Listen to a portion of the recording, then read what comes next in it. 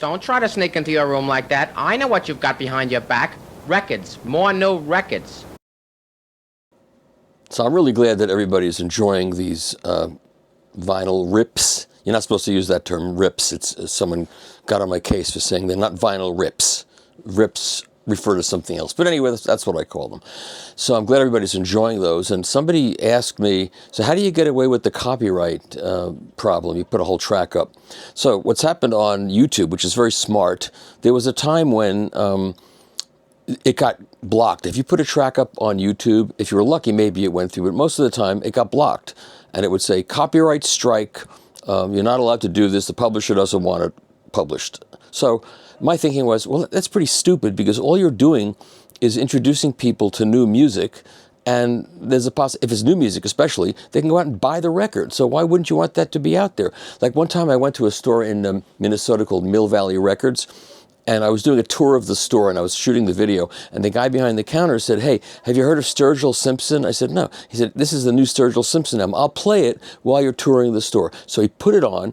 First of all, he held the thing up in front of me, the record in front of me on camera, and then I went around the store and did this whole great tour and put it up on YouTube, and it got immediately taken down because Sturgill Simpson's publisher decided that by me putting that up there, this was a new artist at the time, by the way. He was new at the time. By putting it up there, I was doing grievous damage to Sturgill Simpson when, of course, what I was doing was promoting Sturgill Simpson. It was like the stupidest thing. So fortunately, the cooler heads have prevailed, and now you can actually put up whole tracks like I've been doing all week.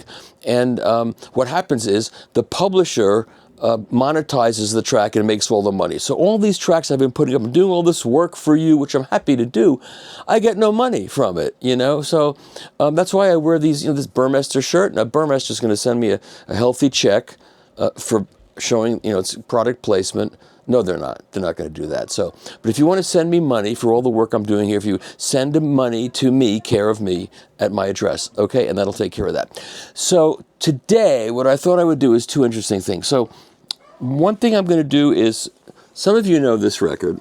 This is Persuasive Percussion by Enoch Light and the Light Brigade. No, this is Terry Snyder and the All-Stars. So this is like when stereo first got started.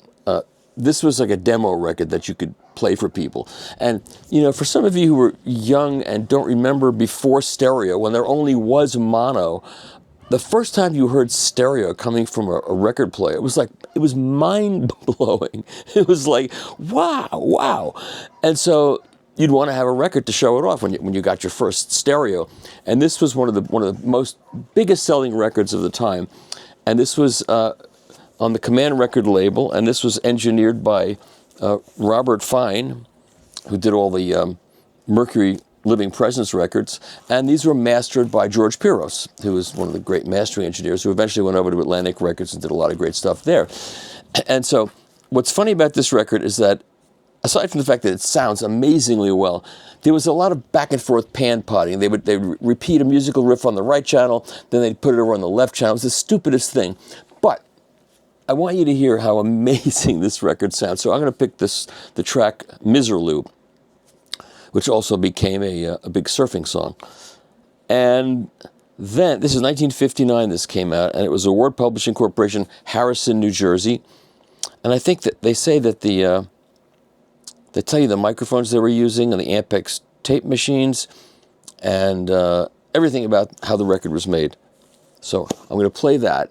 And that's weird. But now, here's and I have two copies of this. So this was the copy I actually had in college, like when I was 17 years old, because it has my Dymo label maker on it. And I mean, I can't think of anything more nerdy than to go to college, and instead of playing the Rolling Stones or the Beatles, I was playing Persuasive Percussion. But I was playing the Rolling Stones and the Beatles too.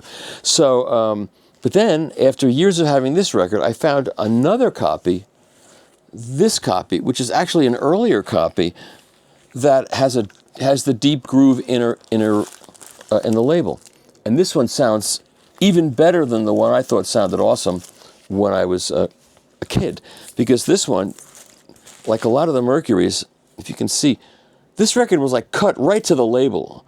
I mean, it's cut. So if you have an automatic turntable, you wouldn't hear the rest of that record. It would pick up before the end, but fortunately, I don't. So I'm going to play you this one. And then I'm going to play you what is easily one of the most weird records you've ever seen, if you've never seen this. This is Audio Fidelity, the company that did the famous Louis Armstrong St. James Infirmary record. And this one is, this is absolutely nuts. So the recording supervisor was Tom Wilson. Tom Wilson, of course, produced both all the early Frank Zappa records, and he was also involved with Bob Dylan's career early on. And let's see what else it says on here.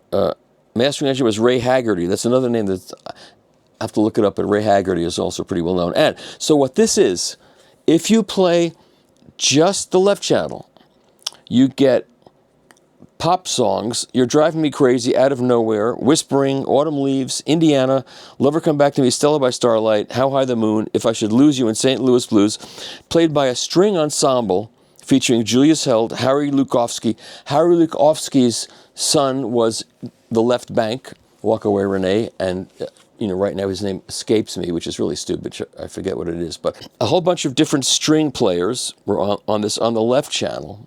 Then on the right channel, this is what's so crazy. On the right channel, there's a jazz ensemble, okay?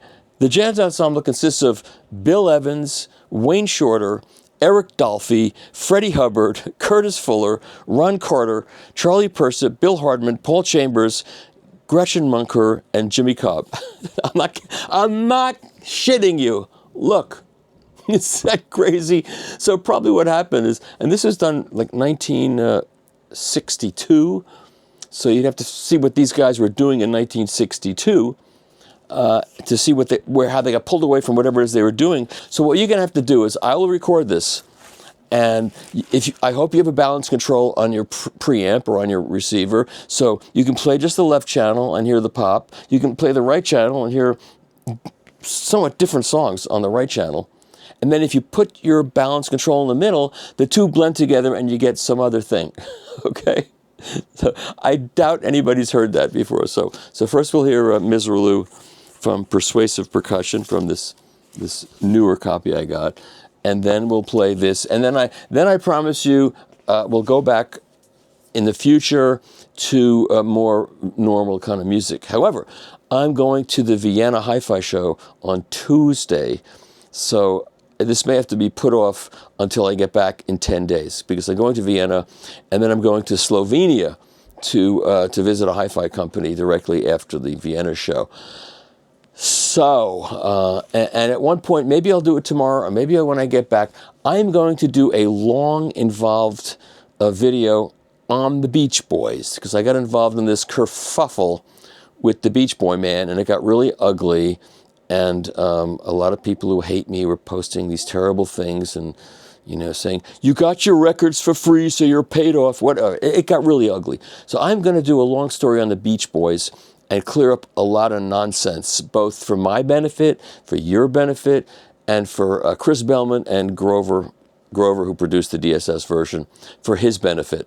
So that should be a lot of fun. And I'll play them all, and you can decide which sounds best to you, okay? But meanwhile, his Persuasive Percussion, Miserlou, I think that's the track I'm going to play. If it's not Miserlou, it's going to be, wait, maybe it isn't Miserlou.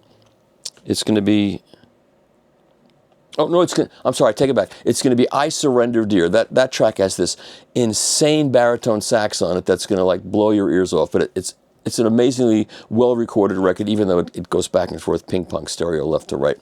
So, I Surrender Dear, and I Do Surrender Dear. And then we're going to hear I'll play a bunch of tracks from this because it's so hilarious. And where else are you going to hear this, right? Now that I've recorded this for you, I thought I had to come back before you hear it to tell you that this was Tom Wilson's idea. Tom Wilson had the idea to hire the string section, hire the jazz guys, and produce this record. And Benny Golson did the orchestration and conducted it. So Tom Wilson had some wild ideas. So what you're going to hear is the song Out of Nowhere, the pop version on the left channel, and then you can hear Out of Nowhere, the jazz version on the right channel, and the solos are Curtis Fuller and Wayne Shorter. And then I decided to give you more than one song, it's just too good. And then the next track is Whispering, which is a pretty well-known song. On the left channel, you have whispering, and on the right channel you have Dizzy Gillespie's Groovin' High, which blends with the whispering, and that has Eric Dolphy and Gratian Moncourt. So I think that's pretty funny.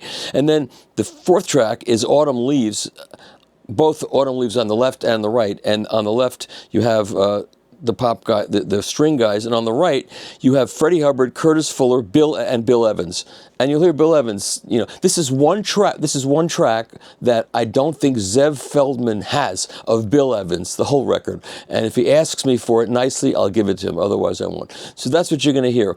And the notes on this are just absolutely wild, but I can't give you all the notes. Anyway, enjoy those tracks.